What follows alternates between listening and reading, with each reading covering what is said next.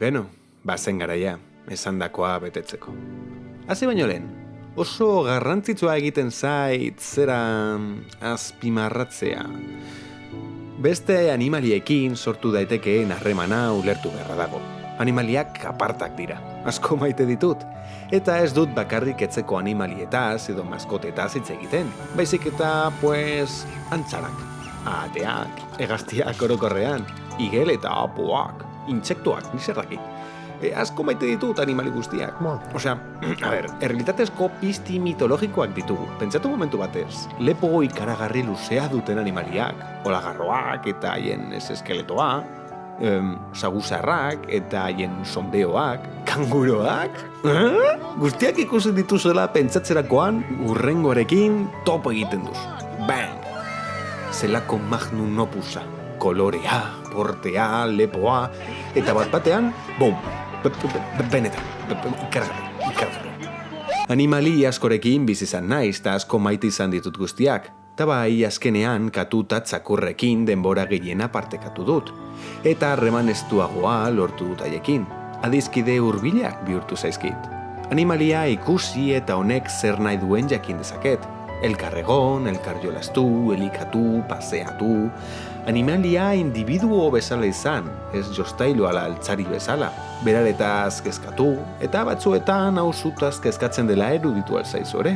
Konexio bat sortzen da, harreman bat. Hau argi izan behar dugu bideo honetarako. Animaliekiko harreman hau ez ulertzekotan, hasteko zoritxarreko azuk. Ta bestalde, agian ez duzu urrengoa ulertuko bez. Ezinbestekoa da eta The Last Guardianentzat. Historia honetan argi izan bi protagonista ditugula. The Last Guardian erdi lurperatutako trasto batekin hasten da. Jokalariak berpiztuko duen pertsonaia iradokitzen zaigu hemen. Berton mundu arruntean jolasten ari diren umeekin. Jokalariak ume bat kontrolatuko du. Musika sartu eta ilustrazio ederrak erakusten zaizkigu. Ezagutzen ditugu hainbat animali eta pizti mitologikoak ditugu. Erleak eta haien kabia. Inurri eta hainbat intsektu eta hauen kobasulo laberintikoak. Hiru hegazti edo hobe esan da hiru egodun. Txakurra takatua, adarrak dituzten beste pare bat, eta abar. Azkenengoa ordea animali berria dugu. Honela aurkezten zaigu gure azken gudaria, bigarren protagonista. Triko, pizti gizakijalea. Gu, umea eta Triko, animali. Badago teoria bat, ez oso zoroa, Triko erakutsitako animali askoren fusioa dela esaten duena, baina beno. Badaude simbolo tatuaje batzuk, maza beltz bat, eta bagaude, hor gara, jokalaria eta animalia. Ez da inoiz bi pertsonaien izena bea aipatzen. Triko kakotzen artean animaliaren arraza da, eta jokalariaren izena, umearen izena, ez digu inor bez bideojokoaren osotasunean izenatuko. Gutxienez, uler dezakegun hizkuntza batean. Mutila eta Triko orduan kobazulo batean sartuta daude. Umeak ez daki zede montregatik dagoen hemen, ez da zergatik dituen simbolo horiek gorputzean. Triko bestalde minduta eta lotuta topatzen dugu. Batera, kobazulotik ateratzen gara eta kanpoan benetan non gauden ikuskatzen da. Kabia deituriko aran batean gaude. Beno, aran honek horma horizontalak ditu, arana baino putxu itxurako zulo horraldoia dirudi. Eta bertan, hainbat dorre eta hondakin kokatzen dira. Hurbil dugu dorre handi eta altuena, dorre zuria. Trikok dirudienez mania dio dorre zuriari. Guk bestalde etzean afaltzeko garaiz egon nahi izatekotan presto mugiarazi beharko ginateke. Umeak Trikori eskertu eta agurtu egiten du, baina piztia jarraituko gaitu. Eta jazta, hori da The Last Guardian. Kalekatu bati janaria ematen diogu. Honek etzera arte jarraitzen gaitu, eta azkenean kalekatua maskota bezala adoptatzen dugun historioa. Eta esan bezala, jokalariak eta Trikok harreman oso estu bat izatea lortzen dute. Hori baita obra honen muina eta naia. Animaliekiko maitasuna, animaliekiko harremana. Esan dezatela bideojokoek indarkeria sustatzen dutela. Umea eta Triko elkarlanean eskapetan saiatuko dira. Argi dago ruina hauek bai Triko bai umearentzat egokiak ez direla, eta bikoteak gorakada hasten du. Hori da The Last Guardianen premisa, bikote alkartu, ihes egiten saiatu eta gorakada egin bitartean arazo desberdinei aurre egin, eta bidaian lagun minak bihurtzen dira. The Last Guardianen istorioa simplea da, sortzailaren oso estilokoa, baina hori jada bagenekien, ez? Hau, autore bideojokoa da eta. Sortzaile hau, Fumito Ueda, pertsona kuriosoa dugu. Bere ibilbidea jakina da, baina bada ezpada birpasatuko dugu.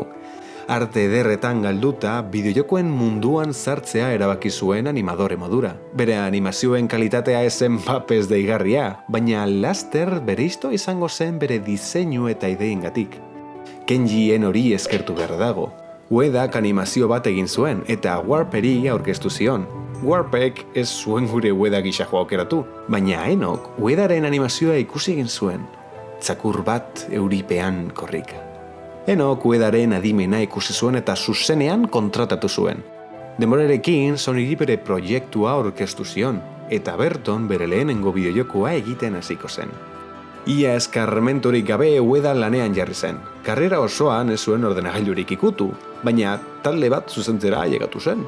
Eta benetan nabaria da bere horretan, bihotz gehiago dagoela programadore baino, onerako eta txarrerako. The Last Guardian bere 3. bideojokoa dugu, aurretik Ico eta agian ezagutu dezakezuen Shadow of the Colossus egin zituen. 97tik obra gutxi argitaratu dituzte, baina, guztiak maizulanak. Bakoitzak izandako erakina bideojokoen munduan erraldoia da, baina hori beste bideo batentzako, Uedaren estiloari buruz pintzelada batzuk eta bueltatzen gara.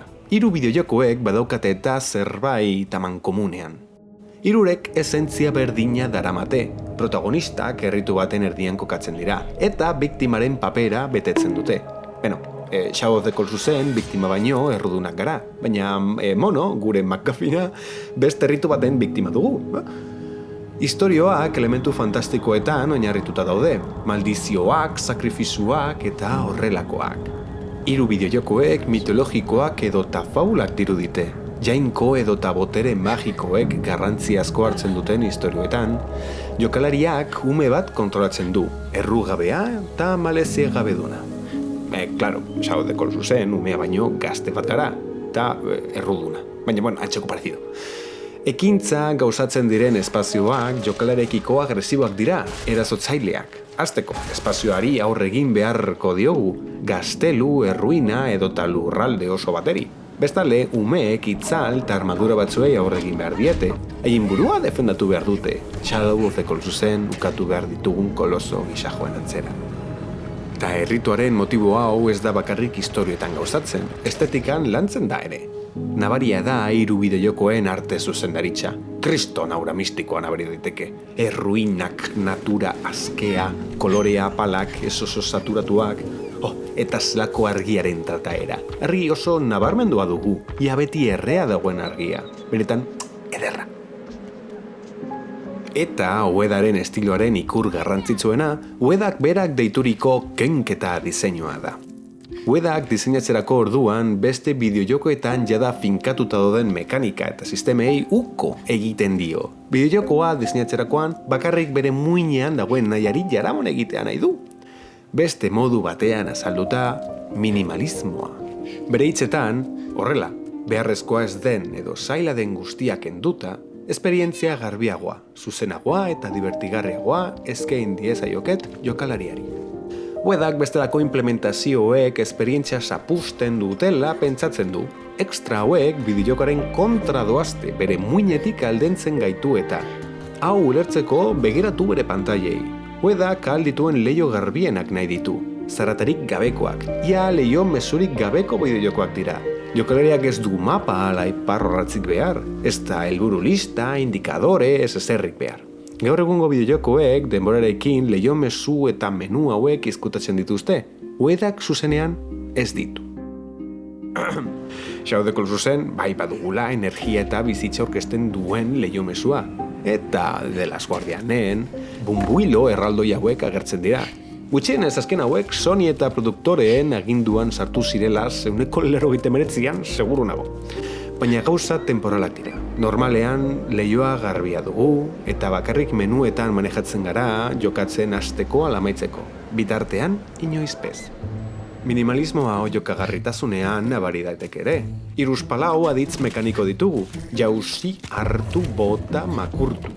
Oso paleta xea du jokalariak, eta beti berdina. Baina ez dugulako gehiagorik behar. Zergatik behar du Spidermanek trebezia zuaitza. Pelikuletan ez da horrelakorik gertatzen. Bai, Tom Hollandek baditu tresna eta jostailuak, baina, benetan, etxe hontan Sam Raimi eta Maguireren trilogiari otoitz egiten zaio. Zenbat abilezia mota, pasiba, bigarren mailako misioak, zenbat arma eta kontsumigarri egon daitezke bidejoko berean. Osea, hemen garrantzitsuena triko eta zu zarete. Ta ez da askoz gehiagorik behar. Minimalismo hau kontroletan be nabaria da. Bideojoko asko arazo berdina daukate. Ezin dituzte nahi beste aditz jokalariaren mandoan plazaratu. Ordenagailuan 11 tekla daude, baina mandoak mugatuak dira. Jada kontrol sistema borobila izan da, nola sartu dezakegu jauz egiteko aukera? Ala, kako bat. Hainbat malabara egin behar izan zituzten hemen, eta horregatik objektuak erabiltzeko botoi aldatu egin zuten. Uedak mandoren botoi erdia soberan ditu. Akzio gutxi eta aukera gutxi daude gure eskuetan. Minimalismo hau eskuetan sentitu dezakegu. Zein da de las Guardianen muina eta naia? Zertan datxa de las Guardianen bihotza? Jokalaria eta trikoren bateratzean. Eta bideo jokoaren elementu guztiek horretara joko dute. Bestelakoak soberan. Beno, bueltatu gaitezen, animoakaz. De las Guardianen analizia osotasunean egiteko, azpimarratu behar dizuet, hau, bideojoko bat dela.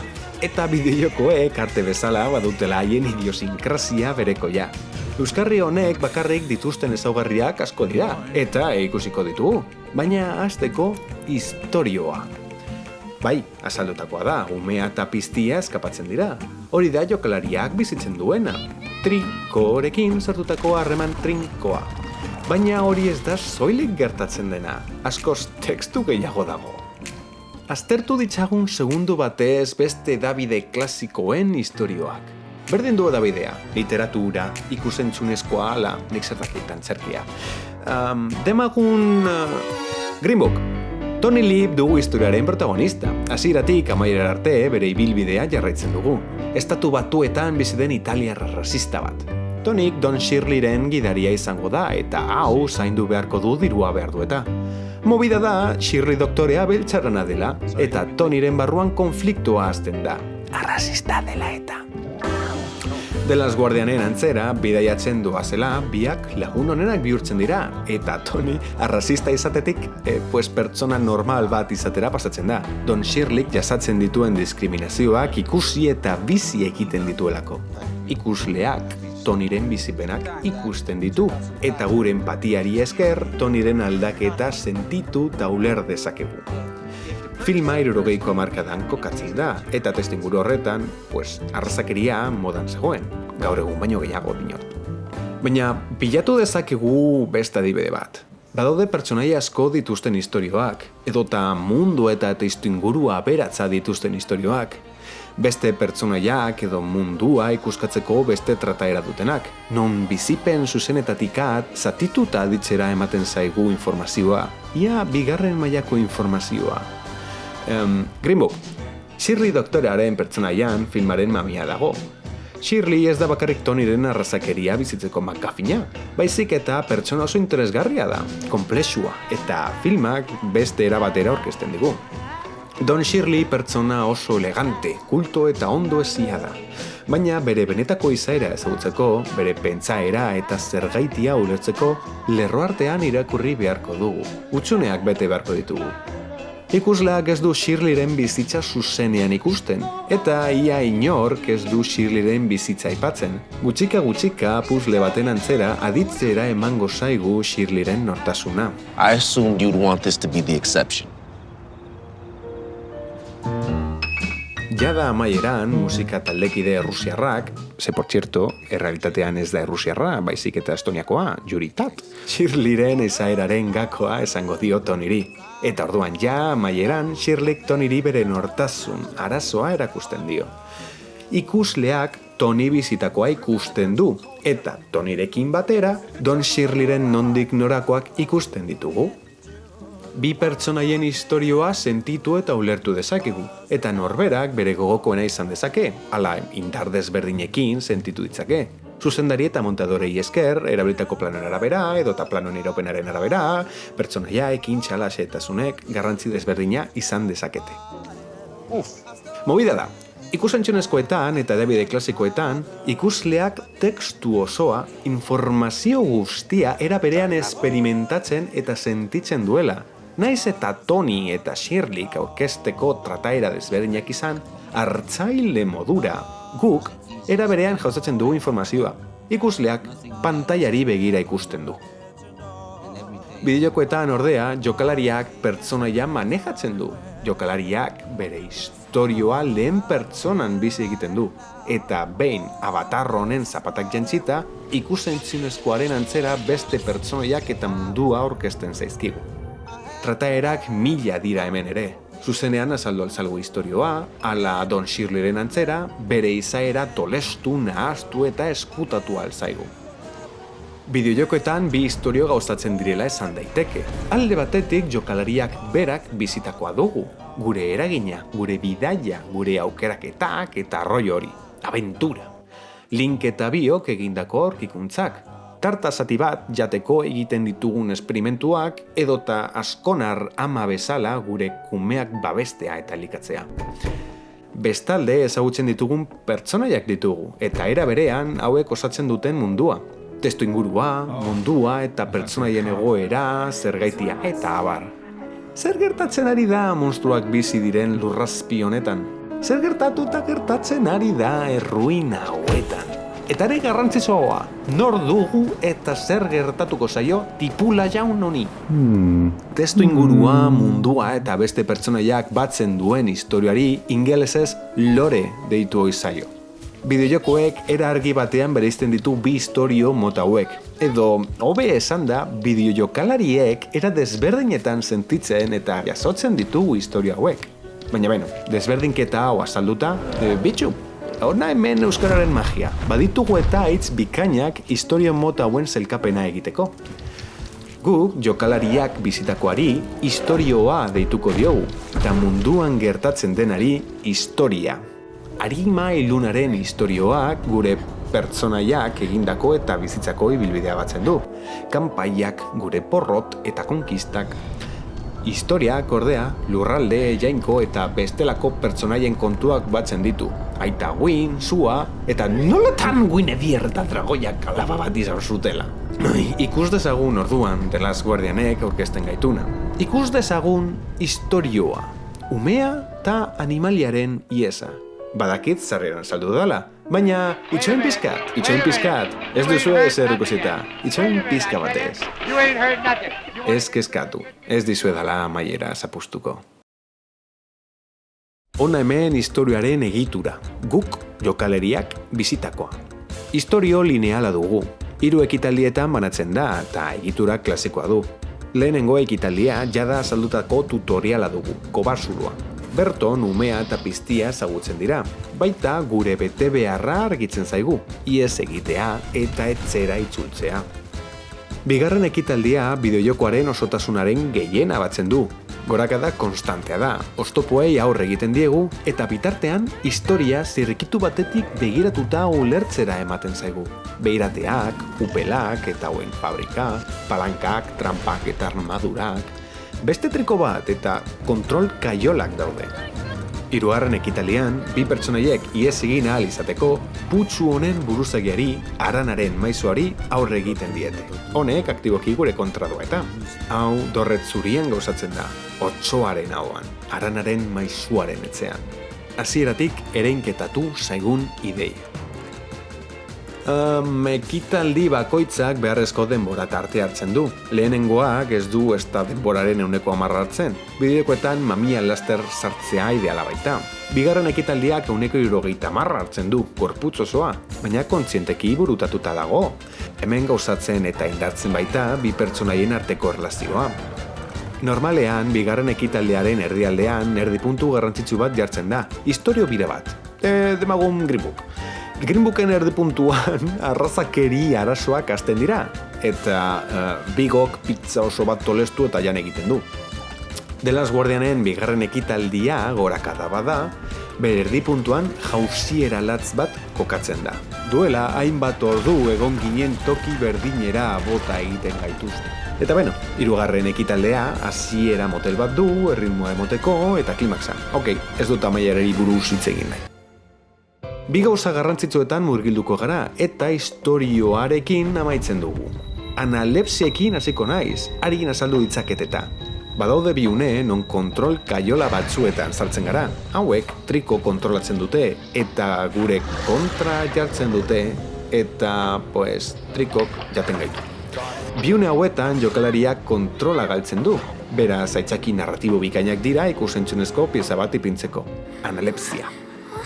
Amets eta oroitzapenen erdibidean, bideo hauek umea eta Trikori zer gertatu zaien aurkezten digu.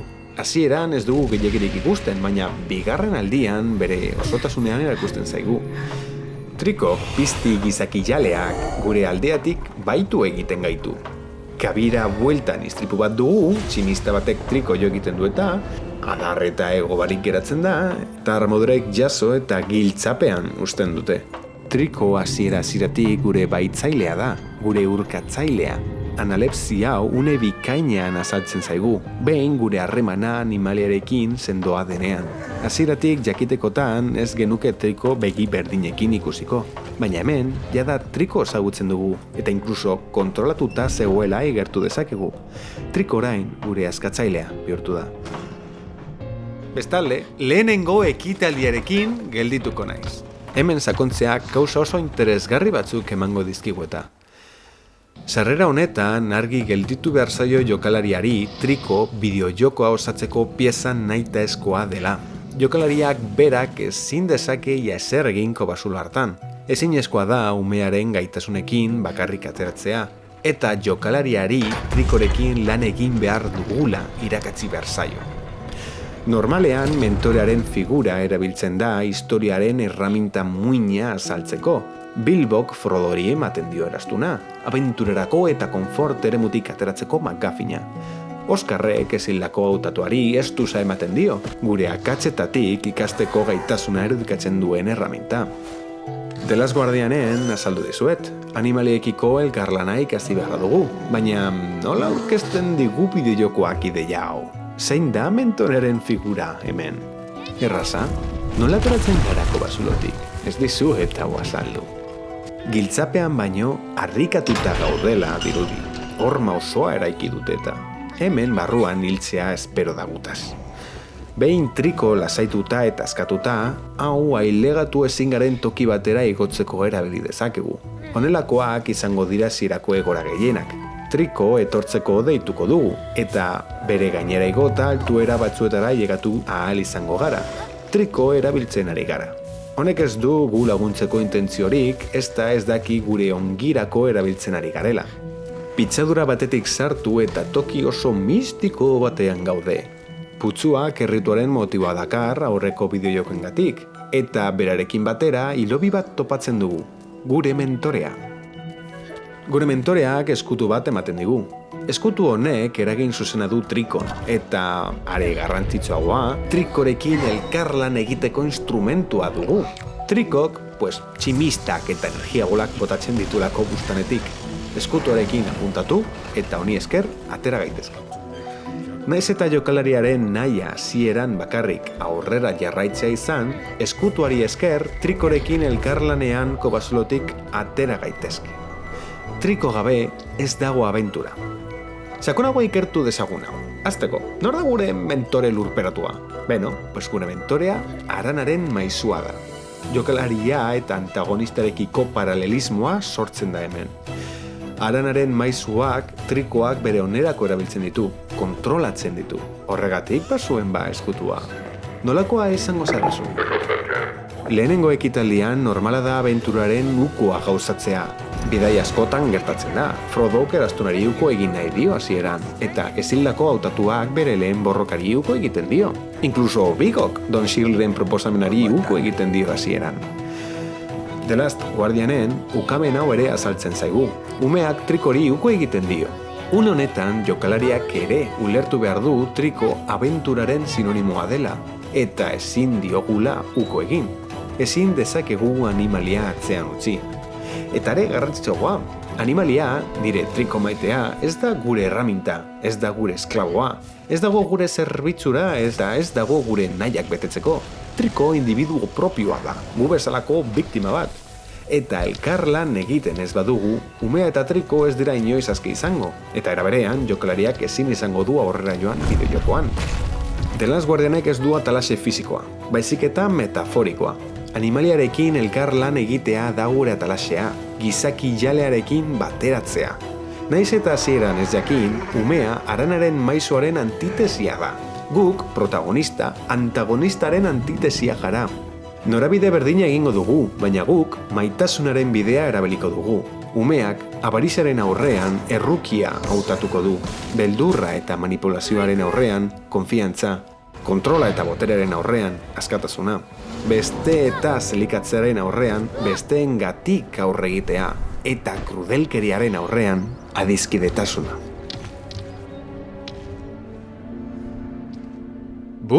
Tekstu asko izan dugu orain arte, eta historia saldu beharra dizuet, beraz, The Game Theoristen betaurrekoak jarriko ditugu, eta batiren magierekin, kontaketa bat narratuko dizuet.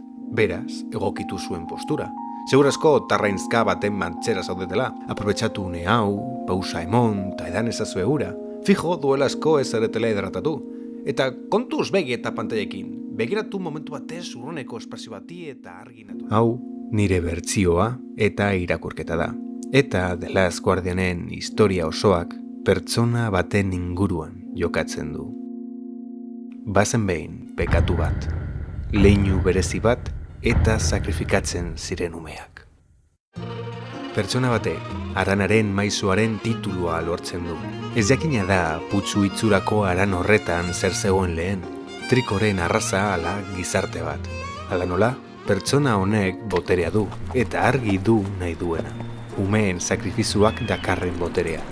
Eta aurrak lortzeko trikoen arrazaz baliatuko da. Harana trikoen kabia antzekoa bihurtzen du. Ate, pasillo eta egongela arraldoiekin, haien eskalan. Eta era berean, hauek kontrolatzeko hainbat apaino diseinatzen ditu. Barrualdeetan trampak, pisuak eta ateak eta zubiak ipintzen ditu. Kanpoaldean, trikoek beldur dieten bidrierak eskegi egiten ditu. Haranaren maizuaren begirada diktatoriala simbolizatzen dituzten bidrerak. Trikoentzako gominolak sortzen ditu, jan nahi dituzten upel hauek. Tratu pavlovianoak dira.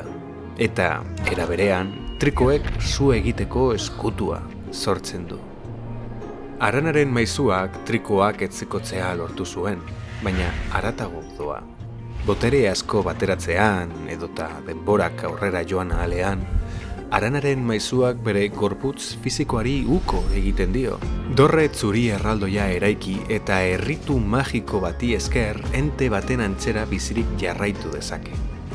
Bere gorpua dorrearen bekaldean geratzen da, gehiago erabili ez dezakeen eskutorekin batera, eta errituaren putzuarekin batera.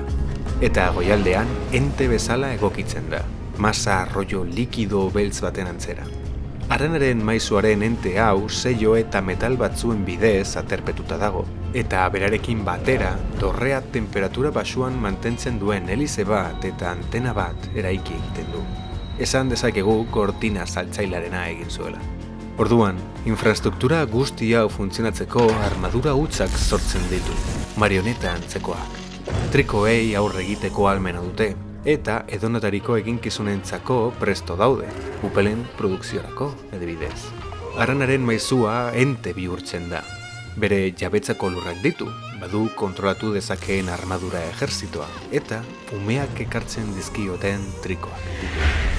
Hori da munduaren egoera, gu, ailegatzerakoan. Haranaren maizuak trikoak zuzenean kontrol mentalarekin, kontrolatzen ditu. Irrati uinen antzera trikoek haien izaera galtzen dute eta haranaren maizuaren esklabo bihurtzen dira. Antena horrek entearen kontrola transmititzen du, eta kaiola berezi hauek kontrol hori zabaltzen dute, errepikagailuen antzera. Entearen kontrol magia hau adarrekin jasotzen dute, bai trikoek, bai armadure. Hasteko, armadurek haien kaskoa izan behar dute aktibatzeko. Kaskoetan adarrak baitituzte. Eta era berean, armadurak desaktibatzeko, kaskoak kendu zaie. Jokalariarekin mintzatzen den trikoak adarrak apurtutak ditu. Izandako aksidentea dela eta. Aranaren maizuak ezinezkoa du gure trikoa guztiz kontrolatzea, beraz giltzapean jartzen dute. Geroago, bere domeinuetan ibiltzen garenean, Aranaren maizuak oraingoan mendebaldeko sorgin gaiztuarena egiten du, eta triko bat gure bila iraltzen du. Triko kontrolatu horrek sortutako gatazka adarrak apurtzen dizkiogunean amaituko da. Triko hau askatzen dugu, eta hau, nahaztuta, lasai eta baketsu joan egiten da. Azken ideia bat azalduko dut, ate urdin eta sigiluei buruzkoa. Bideojokoan bi porrot desberdin izan ditzakegu. Umea jauzi egiten denean, ala armadurek umea ate urdin batetik eramaten duten. Beno, Aranaren maizuak umeak behar ditu, hauek dakarten botereaz baliatzen da eta. Trikoek baitu eta Aranera ekartzen dute, baina guk eskapatzen gara. Maizuak armadurek aurra beraren gana eramatean edu, eta armadurak pasiboki egon daitezke, guardia egin dezakete edo desaktibatuta egon daitezke. Bestalde, ate urdin misteriotzu batzuengatik ateratzen dira ere. Ez jakina da zehatz mehatz nondik datosten. Ate hauek bereziak dira, magikoak, baina jakin dezakegun nora eramaten gaituzten ate hauek. Ez da sorpresa oso handia, baina armadurek Aranaren maizuaren gana eramaten gaituzte. Ate urdinen barrualdeari atentzioa eskainiz, entearen gela ikusi dezakegu. Eta detaila interesgarri bat azpimarratu nahi dut. Hasieratik aurkeztutako badaude simbolo tatuaje batzuk, mazabeltz bat, eta bagaude, hor gara, jokalaria eta animalia. Zer gertatzen zaie umei? Trikoren konpota bihurtzen garenean edota armadurek jinjutsuak jaurtitzen dizkigutenean, sigilu hauek ezarri egiten zaizkigu. Sigilu hauek gorputzari afektatzen diote, gorputza ahuldu edota ukatu egiten dute. Mekaniketan ere hau sentitu dezakegu. Sigiluei aurre egiteko umearen gorputza mugiarazi behar dugu botoi guztiak birrinduz. Bai umea, bai jokalariak bere gorputzaren inposaketa agintzen du. Gure kontrola berreskuratzen dugu. Aranaren maizuaren entea zigilu singuratutako izakia da. Azaldutakoa, Aranaren maizuak zigilu horiekin gorputzari uko egin zion eta masa beltza bihurtu zen. Aurrek dakarten boterea eskuratzeko, aurrak berarekin batu behar dira, beraz tratamendu berdina ezarri beharra diote. Umeei zigiluak ezarri, masa beltzan bilakatu eta jan. Hori da umeei gertatzen zaiena eta zigiluen esanahia eta zergaitia. Umeak hainbat uneetan konortea galtzen du. Umeak zigiluei amore ematen ari dela dirudi, entearen masa beltza inguratuta. Jokalariek orduan azaltu zala horre egiten diogu, eta zigilu eta masa beltzari uko egiten diogu. Txurira goaz eta gorputza berreskuratzen dugu, esnatu egiten gara.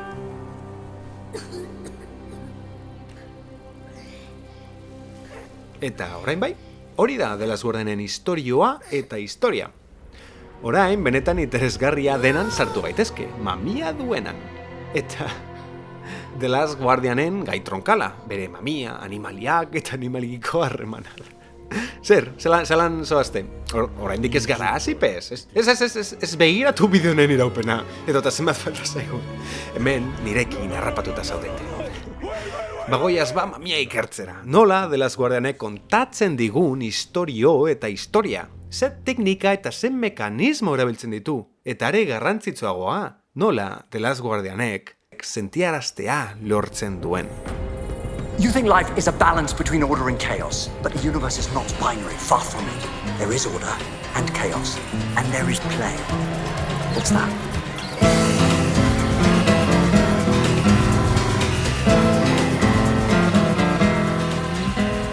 Uler dezagun bideojokoen diseinua. Bideojokoak bere muinean programak dira, eta jokalariek tresna desberdinen bidez programarekin elkarrera egiten dute. Ekintzak eta ondorioak, interaktibitatea. Ekintza eta ondorio hauek gauzatzeko programek sistema edo arau batzuekin funtzionatzen du. Sistema hauek orokorrak izan daitezke, ala gauza zehatzei aplikatu alzaizkie. Demagun, pongen pilota. Ezkerrela eskuinerantz mugituko da eta bi aldeetako bat pasatzerakoan, beste aldeari pantua apuntatuko zaio. Pilotak ez du azeleraziorik izango eta hormen kontra errebotatuko du. Goi eta bekaldeko hormen kontra angelu berdinarekin errebotatuko du. Aldeetako barren kontra ordea era desberdinean errebotatuko du. Pilotak barraren erdialdean kolpatuz gero ibilbide perpendikularra izango du. Baina gero eta barraren muturreraino hurbildu, gero eta angelu zorrotzago batekin errebotatuko du. Interesgarria. Edo... Lau fantasma, Blinky, Pinky, Inky eta Clyde. Bakoitzak Pac-Mani jarraitzen dio, eta bakoitzak bere erara jarraituko du. Bestalde, sakabanatu muturretaraino joan daitezke eta ies egin dezakete ere. Zazpi tetromino, IOTSZJ eta L. Naita nahi ez jauzi egiten dira 10 blokeko zabalera duen oinarrira, baina lerro oso bat beteratzerakoan, lerroa desagertzen da. Sistemak edota konportamenduak dira hauek, eta esan bezala jokalariok arau hauen barruan jokatzen dugu. Sistemetaz aparte joko mekanikak ditugu. Mekanikak sistema hauekin interaktuatzeko erramintak dira. Ulertzen errazena mugimendu mekanikak dira. Ardatz vertikalean mugitzea, ardatz vertikal eta horizontalean mugitzea, ala piezak horizontalki mugitzea eta inkluso biratzea. Orain, mekanikak eta sistemak batzen ditugu. Gure papera ulertzen dugu. Egin beharrekoa badakigu. Baita, guk egin ditzakegun ekintzak ere. Jokada arriskutsuak egin ditzakegu. Ordena ekarri dezakegu. Aukeraketa, estrategia, sari edo porrota, zirrara, beldurra, garaipena. Sistema eta mekanika moten arabera, genero mekaniko desberdinak sortzen dira. Genero mekaniko hauen barruan, egoera edo eszena minimoari maila deritzogu. Eta errazagoa egingo zait hauek azaltzea adibidekin ere. The Last Guardianek 3 maila mota desberdin ditu. Plataformak, puzzleak eta borrokak. Plataforma mailen oinarria leku batetik beste batera elegatzean datza. Hori da eszenaren muina, jokalariaren desplazatzeko trebezia. Eta hau lortzeko jokalariak mugimendu mekanikak erabili behar ditu. The Last Guardianen mugimendu mekanikak hainbat aditzekin osatzen dira. Ezker eskuin eta aurreratzera mugitzeaz aparte, jauz egin dezakegu, hainbat tokietatik eutzi diezaiokegu, igo, jaitzi, behin eskegita jauz egin dezakegu edota behin jauztia egina tokietara eutzi diezaiokegu. Puzzle mailen muina ordea beste bide bat topatzean datza. Ea aurrera jarraitzeko bidea nola lortzea edo topatzea galdetzen zaigu. Atea itxita dago, hau irekitzeko botoia sakatu behar dugu, baina botoitik kentzerakoan atea berriro izten da. Txatila botoian utzi dezaket eta lasai atetik pasatu. Puzzleei aurre egiteko edozein mekanika mota egon daitezke. The Last Guardianen gehienak mugimendu mekaniketan oinarritzen dira.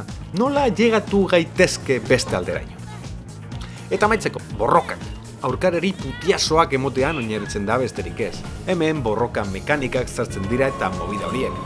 The Last Guardianen armaduren bizkarrean jauz egin dezakegu, hau lurrera bota eta kaskoak kendu diezaiokegu. Ja da badakigu armadura hauek kaskoek dituzten adarretatik kontrolatuta daudela, beraz, no kasko, no borroka. Maila eta mekanika guzti hauek egin ahal izateko, Uedak bere keinketa diseinu magikoa aplikatzen du, eta oinarrizko aditzak mandoan oso era logikoan banatzen ditu. Umeak eta kameraren mugimenduak kokapen klasikoa dute, esku palanketan kokatzen dira. Baina azaldutako maila desberdinei aurre egiteko kontrolak eskuinaldean ditugu, guztiak 4 botoietan banatuta. Ezkertiak izorratzen dira. Beno, 4 botoi. Goikoa, bekoa, ezkerrekoa eta eskuinekoa. Goikoa, triangelua, gorantzako aditzetara erabiliko dugu. Jauzi egin, eskalatu edota gora igeri egin. Berdina bekaldeko botoiarekin, isarekin, makurtu soltatu eta urperatu. Ezkerreko karratuak gure kontrabultzatzeko balio du, edota objektuak botatzeko. eta eskuineko biribila gure aldera tiratzeko balio du, edota hartzeko eta eusteko. Era logikoan erabiliko ditugu beti. Eta honekin bideojoko baten diseinua saltzea lortu dugu, gutxi gora bera. Jokalariak bere aditzak ditu. Aditz hauekin zenbait mekanika gauzatu ditzakegu, beti ere arau eta sistema baten barruan. Ezin diogu edozein normari utzi, ezin dugu edozein harri hartu eta bota, eta abar. Eta azkenean mekanika eta sistema hauekin maila desberdinak diseinatzen dira, eta zenbatu ditut, 100 maila inguru ditu The Last Guardianek. 12 eta 7 ordu inguruko iraupena du bideojokoak, baina ez izutu, maila hauek, naiz eta 3 motatakoak izan, oso anitzak dira, oso progresiboak dira eta maileran nahaztu egiten dira. Ailegatuko da momentu bat, non maila batean, plataformeo, puzzle eta borroka bati batera aurre egin beharko diogu. Orokorrean ondo diseinatuta eta banatuta dago. Guztiak analizatzeko orduak egongo ginateke, eta formatu egokiena posakean zuzeneko batean zuekin pasatzea eta saltzea izango zen. Seguru asko hau jada luzegia egiten ari zaizu, ez? Beno, baditut zuon atentzioa berreskuratzeko nire trikimailuak. Izan ere, The Last Guardianek duen berezitasun bat azaldu beharra dut ere. Eta horretarako. Bideojokoek ere badituzte haien trikimailuak. Mailak pasiboak izan daitezke, lasai daude jokalaria elegatu arte. Baina mailak aktiboak izan daitezke ere. Gutxi gora bera, maila pasiboetan jokalari aktore eragilea da. Guk zerbait eragitearen ondorioz erantzun bat gauzatzen da, eta batzuetan erantzun horreri bueltan erantzun behar izango diogu. Maila aktiboetan, ordea, erreaktiboak izan behar gara. Momentu oro akzio eta erreakzioekin gaude, mailak mugiarazten gaitu. Diseinatzaileek skriptak dituzte. Arrazo bat dut hitz honekin, skripta hitz ingelesa baita, eta gainera polisemikoa. Definizioa, gertatu behar diren ekintzen deskribapena eta azalpena batzen duen idatzia da. Gidoi literarioei skript deitzen diote ere ingelsek. Orain jorratuko dugun skripta mailei aplikatzen zaizkion idatzi ekstrak dira. Behin-behinean ez zait hitza proposik bururatzen, ea zuei zerbait okurritzen zaizuen, komentarioetan erokutzen zaituzte. Skripta hauek aktibatu egiten dira eta beti berdin gauzatzen diren eszenak dira. Half-Life 2-ren guarda klasikoa. Jaso ezazu lata. Zendariak lata bota egiten du, eta segituan jasotzera eta zaborrara botatzera behartzen gaitu. Skript honek leku honen egoerataz hitz egiten du. Polizia totalitarioa da eta zibilen kontra haien botereaz baliatzen dira. Egoeraren aurrean jokalariok erantzun beharra dugu. Zaindaria erdibidean dago eta ezinezkoa zaigu aurrera jarraitzea. Mekanikei esker, skript honen aurrean jokalariak bere nortasuna islatzeko aukera du. Bideojokoak zurik galdetzen dizu, zer egingo duzu? Lata jaso, jaramon egin eta zaindariak agindutakoa bete, ala aurre egingo diozu. Skript bikaina da, guarda, lata eta ate batekin gauzatzen dena. Guarda honekin egindakoa, aparta da. Asko maite dut guarda hau. Liatuko nintzaten. Baina hau skript oso simplea da, eta maila bat skriptez bete daiteke. Mila gauza gertatu litzaizkiguke. Eta The Last Guardianen badaude uneak non mila gauza gertatzen.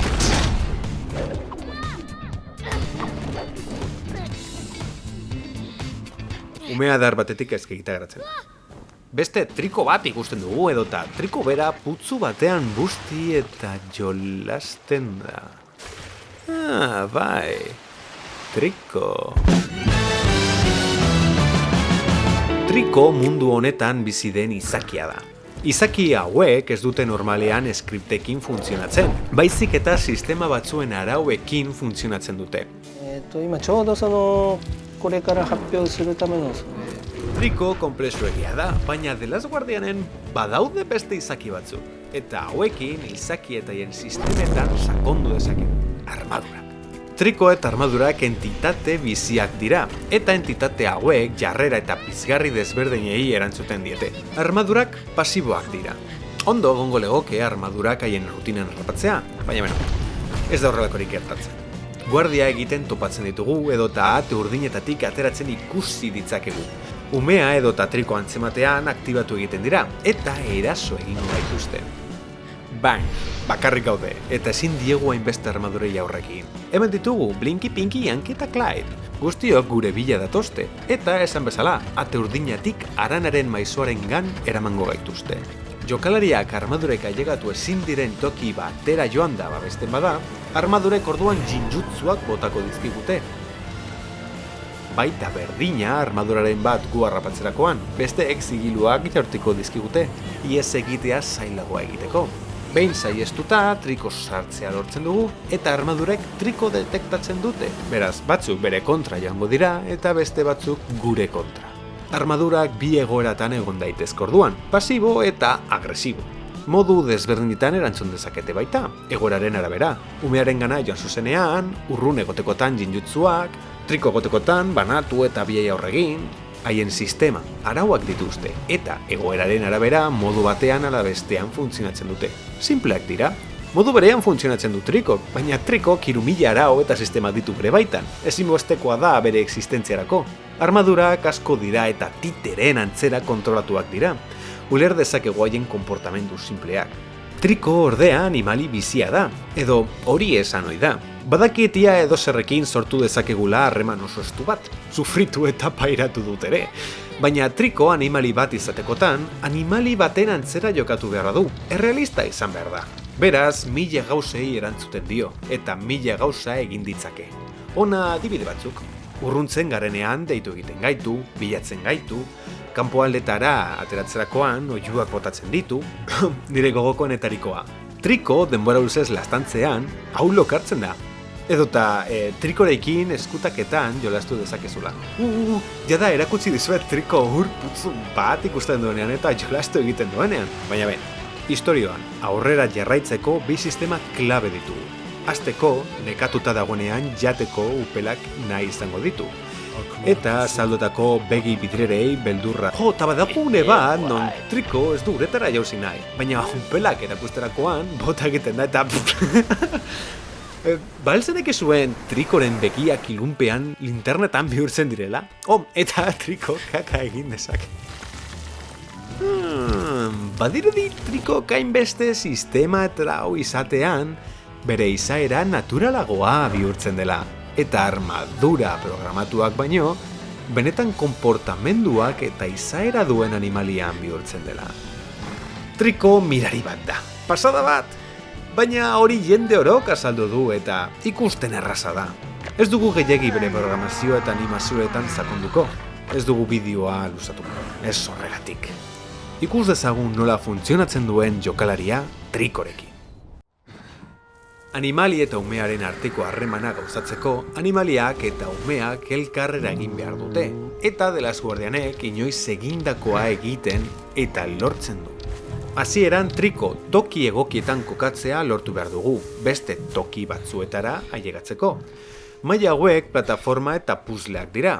Mailak umea eta trikoren ahuldadeak eta sendotasunetan oinarritzen dira. Umea ahula da, txikerra. Ezin gara toki altuetara ailegatu, edota jauzi handirik egin. Baina bihurgune estuetatik sartu eta mugitu gaitezke. Triko bestalde espazio itzietan mugitzeko arazoak ditu, baina borroketan indartsoa da eta jauzi erraldoiak egin ditzake. Horiek dira umea eta trikoren desberdintasunak, simplea baina eraginkorra. Umeak eta triko bakarrik ezinezkoa dute haranari aurre egitea, baina batera edozer lortu dezakezu. Bideojokoaren botoi garrantzitsuena R bat da. Uedak beti kokatu du botoi horretan aditz garrantzitsuena. Esperientziaren muina jasotzen duen aditza. Ikon jordari eskua emateko balio du. Xabodeko zuzen hartzeko, eusteko botoia da. Eta The Last Guardianen trikorekin hitz egiteko botoia dugu. Triko deitzea mekanika garrantzitsuena bihurtzen da. Triko mugiarazi dezakegu, gure bila etorriko da eta. Behin elkarrekin denbora bat egonda, triko eta umearen harremana benetan hasten da. Eta trikori aginduak emateko aukera aurkezten zaigu. Ta oso burutsua da.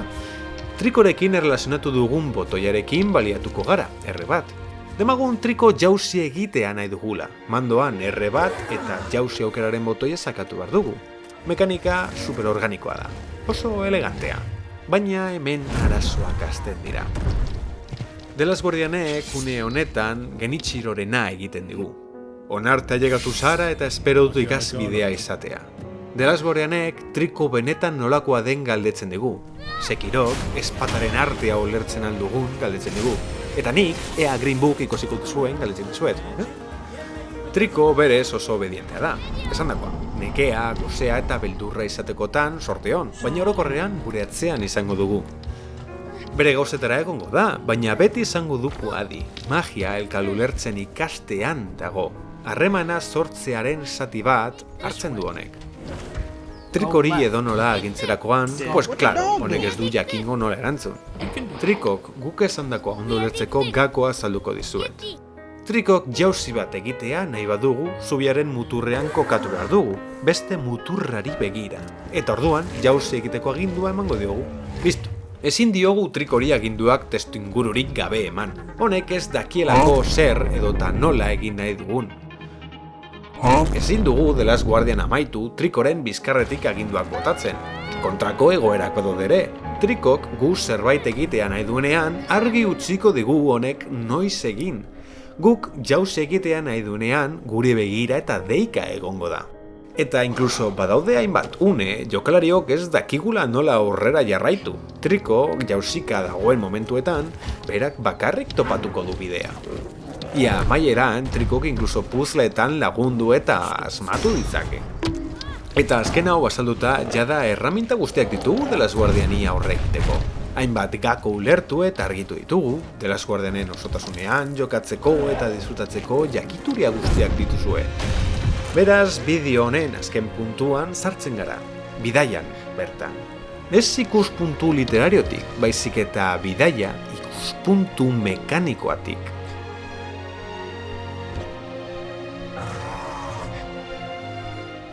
The Last Guardianen mail guztietaz bideo batean hitz egitea ezinezkoa da, baina berezi batzuk aipatu beharra ditut. Orokorrean oso ulerterrazak eta logikoak dira mailen diseinuak, eta badaudere mail ederrak eta maila bereziak, hona hainbat aipamen. Asko maite dut, kriston bertigoa emoten dituzten bidrerak apurtu behar ditugunean, eta Triko kalduen modura jarraitzen gaituenean. Plataforma maila asko jokalariak Trikori bidea zabaltzean oinarritzen dira. Umea Trikoa llegatu ezin den toki batera joan eta teren bat zabaldu. Baina, kontrara, Trikok bakarrik egin ditzaken jauzi asko daude, eta honek egin beharko du lana hemen, guk bere bizkarrera igota. Asko gustatzen zait orduan, ate eta oztopoak kentzeko bakarrik armadurei aurre egin behar dizkiogun uneak. Armadurekin topatzen garen lehen borroka bikain zuzendutako atala da. Inora daraman pasillo amaitezinak zikintzea lortzen du. Armadurei ahal dugun moduan txiribuelta egin eta beste alderantz Trikoren gana ihes egiten du. Triko orduan esnatzen da eta salbatu egiten gaitu. Kaiolarena existitzen den gauza bat da. Eta badago une bat non Trikok upel karro bat nahi du. Bere atentzioa berezkuratu behar dugu. Karromatoa mugitzerakoan Triko mugieraziko dugu, eta Triko ondo kokatzen badugu, upel karromato hori istea lortu dezakegu, eta Triko bueltan izan. Segituan, ate altu batetik jarraitu beharra dugu, beraz Triko altuera batera igotzera bultzatuko dugu. Izkutatu egiten gara, Triko gure bila etortzeko, eta behin goian jartzen denean bere bustanetik iko gaitezke eta atera ailegatu. Basoa, kaiolaren antzera bere soinu banda propioa du. Oso simplea da eta portalen 3. gelaren funtzio bera du. Maila honetan portal laranjatik irten eta sartu egin gaitezela irakasten zaigu. Portal urdina kokatu, sartu eta laranjatik ateratzen gara. Irterara joatea ezinezkoa da, beraz puzzlea asmatzeko, portal urdina amaieran jarri eta laranjatik sartzen gara amaierara joateko. Ikasketa super garrantzitsua. The Last Guardianen basoan sarbide eta irtera bakarrak daude. Espazioa simetrikoa da, U baten antzekoa. Sartzeko leku txiki batetik sartzen gara. Trikok ordea jauzi egiten du. Ateratzeko ez dugu zirrikiturik, beraz aukera bakarra Trikoren bizkarrera igo eta honek aterako gaitu. Bakarka sartzen gara, baina batera ateratzen gara. Magikoa da. Pasillo bateri buelta eman eta hurrengorekin topo egiten dugu. Maila hau Game Makers Toolkitek aipatzen du ere. Borroka, puzlea eta plataformak bateratzen dituen maila da hau. Triko ezin da gelaskan sartu bidriera dela eta, bestalde armadura pare bat gu itxaroten daude. Hurrengoa gogoratu, garrantzitsua izango dela eta. Jokalariak badaki triko gabe dagoela. Trikoren laguntza lortzeko bidriera apurtu behar du eta. Jokalariak bakarrik aurregin beharko dio armadurei, eta bitartean bidriera elegatzeko modua aurkitu beharko du. Ez dutasuna sentitzen dugu amaieran triko sartu alden momentu arte. Momentu oro elkar laguntzen ari gara, guk triko elikatu, bidea ireki, bidrierak apurtu eta abar egingo dugu. Trikok bestalde defendatu eta ailegatu ezin garen tokietara eramango gaitu. Bidaia, esperientzia, harremana, jokagarritasunean bizi egiten dugu. Gure baitan sortzen da harremana, jokalariak zuzenean sentiaraztea lortzen du. Eta trikok sufritzen duenean, txarto pasatzen dugu. Hitz egin dezagun borrokei buruz. Trikoren aginduekin gertatzen denaren antzera pasatzen da. 27 borroka daude dela Guardianen, eta batzuei gehiegi iruditzen zaizkie. Baina, badago ere Babilon gustokoa duen jendea, beraz, Jesus, zelako munduan bizi garen. Movida da jendeak esatzen dela borrokak aspergarriak direla eta trikoren bizkarrera igo egiten dira. Triko borroka maitzera arte itxaroten dute eta triko lastantzen dute. Porque tenemos la táctica. Sube al lomo del bicho, espera que termine todo, acaríciate. Anula su identidad y eso es lo contrario de lo que busca el juego. Trico es nuestro compañero. Deberíamos estar preocupados por el y velar por su bienestar. Enviarle a pegarse porque nosotros somos incapaces de defendernos tendría que ser emocionalmente devastador, porque estamos sacando lo peor de él. Exacto. Trikoz kezkatuta egon beharko ginateke, etaren ongizateaz borrakatu beharko ginateke. Borroketan zer egingo du? Trikoren bizkarrera ego, taktika optimoena delako, ala gure laguna defendatuko dugu. Zer egingo duzu? Triko bakarrik borrokatzen eta sufritzen ikustea gorrotatzen nuen. Eta naiz eta nire burua arriskuan ipini, borrokatu egiten nuen. Armaduren arreta batzen nuen eta uharkabetu egiten nituen, armak kentzen zizkien eta lurrera jausten zirenak errematatzen nituen. Borroka gutxi izatekotan ez genuke hau indar berdinarekin sentituko ez da biziko. Nire burua arriskuan jartzen nuen, nire beldurrei aurre egiten nien. Trikogatik. Trikogatik egiten nuen. Horrartinoa ailegatzen da sortutako harremana. Bai, orain bai, Mark Brown maderikatuaren bideora bueltatzen gara. Zerbait magikoa ikusi beharra dugu eta. Markek maila zehatz bati buruz hitz egiten du. Trikok ezin du aurrera jarraitu armadura batzuek bidrerekin bidea oztopatzen dute eta badakigu gure egin beharrekoa, haien bidrerak apurtzea. Ez dakit nondik kolatzen gara eta aurre egiten diegu, baina gelaska armadura gehiegirekin diseinatu dute, eta ezinezkoa dugu bidriera guztiak apurtzea. Armadurek harrapatzen gaituzte. Amaitu da. And then this happened. Oh, yeah. Trikok bere araua, bere sistema apurtzen du. Teorian Trikok ezin du bidrieren kontra joan. Arauak dira. Baina jokalaria arazoetan dagoela ikusten duenean, pues, gugatik arauen kontra doa, bere beldurrei aurre egiten dio, elkar zaintzen gara. Bestearengatik logikoak ez diren gauzak egiten ditugu. Bion harremana sendoa eta benetazkoa da. Bai jokalariak, bai Trikok, harreman eta bidai hau zuzenean bizi egiten dugu eta. Nire buruaren kontra Triko defendatuko dut, eta Trikok bere sistemaren kontra gu defendatuko gaitu. Honelako emozioak bakarrik bideojokoan gauzatu daitezke. Hartzaileak ezin du beste pertsonaiarekiko harreman hau sortuz. Harremana lortzen duten bi pertsonaiak ikusi ditzakegu, baina lehen pertsonan sentitu? Hori bakarrik bideojokoetan, baby. Zuontzat zelako sorpresa izango da nik Triko maitatzea esatea. Ez dugu harreman eksklusiboa, The Last Guardian jokatzen duen edonork antzeko esperientzia izango du. baina jakin ezazue harremana indartsua dela. Azken ekitaldia bere osotasunean magikoa da, bihotz ukigarria, ederra, baina ez dizuet amaiera zapustu nahi. Jakin ezazue Uedaren amaierak industrian dauden hoberenetarikoak direla, eta nabari dezakizuenez, The Last Guardianena hiruretatik nire gogokoena da, eta hoberena ere.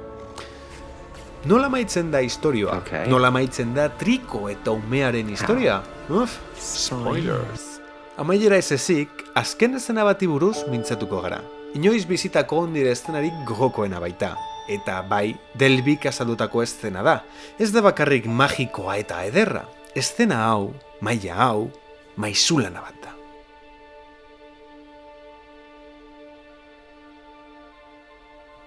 Bideojokoetan protagonista izatera ohituta gaude.